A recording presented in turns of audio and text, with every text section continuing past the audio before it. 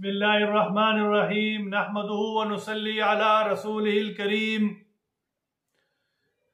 सामिईन मोहतरम, अल्लाह तबारक व तआला ने हमें बहुत अजीम दौलत अता की है। वो अजीम दौलत कलमा ला इलाहा इल्लल्लाह मुहम्मदुर रसूलुल्लाह है। इस अजीम दौलत से बढ़कर और कोई दौलत नहीं है। ये सबसे अजीम दौलत है। क़ाल नबी सल्लल्लाहु अलैहि वसल्लम मन क़ाल ला इलाहा इल्लल्लाह दख़लल जन्ना। नबी अलैहिस्सलातु वस्सलाम का फरमान है कि जिस शख्स ने ला इलाहा इल्लल्लाह कहा वो जन्नत में दाखिल होगा।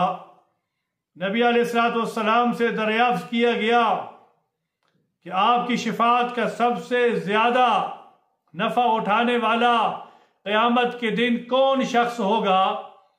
तो आप सल्लल्लाहु अलैहि वसल्लम ने इरशाद फरमाया कि सबसे ज्यादा सआदतमंद और नफा उठाने वाला इंसान वो है जो सबसे ज्यादा दिल के खुलूस के साथ ला इलाहा इल्लल्लाह कहे। सबसे ज्यादा खुलूस के साथ जो ला इलाहा इल्लल्लाह कहे। एक मर्तबा हजरत मूसा अलैहिस्सलाम ने अल्लाह पाक से अर्ज किया कि या अल्लाह मुझे कोई ऐसा विर्द बताएं कि मैं उसको पढ़ूं और आपका शुक्र अदा करूं और आपके करीब हो जाऊं। खास विर्द बताएं। तो मूसा अलैहिस्सलाम को अल्लाह पाक ने अर्ज किया, ए मूसा ला इलाहा इल्लल्लाह कहा करो।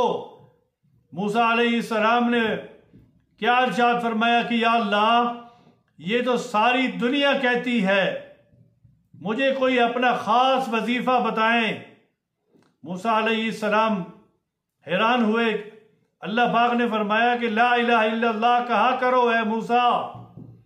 सातों जमीन और सातों आसमान एक पलड़े में रख दिए जाएं, तराजू के एक पलड़े में सातों जमीन और सातों आसमान और उसमें जो कुछ है, और दूसरे पलड़े में ला इलाहा इल्लल्लाह रख दिया जाए, तो ये कलमे वाला पलड़ा झुक जाएगा। इसका इतना वजन है। अब हम देख लें कि सारी कायनात का कितना वजन होगा। और कलमा देख लें कि जो कलमा सिर्फ दिल के अंदर उतरता है, कागज पे लिखा जाए तो सिर्फ स्याही नजर आएगी, लिखा हुआ नजर आएगा, लेकिन इसके अंदर वजन कितना है, ताकत कितनी है, ये तो क़यामत के दिन इंसान को पता चलेगा।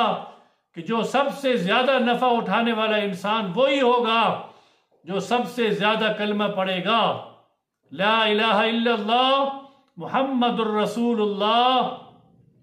अल्लाह तबारक व तआला हमें सबसे ज्यादा इस कलमे को पढ़ने की तौफीक अता फरमाए। व आखिर दावाना अल्हम्दुलिल्लाहि रब्बिल आलमीन।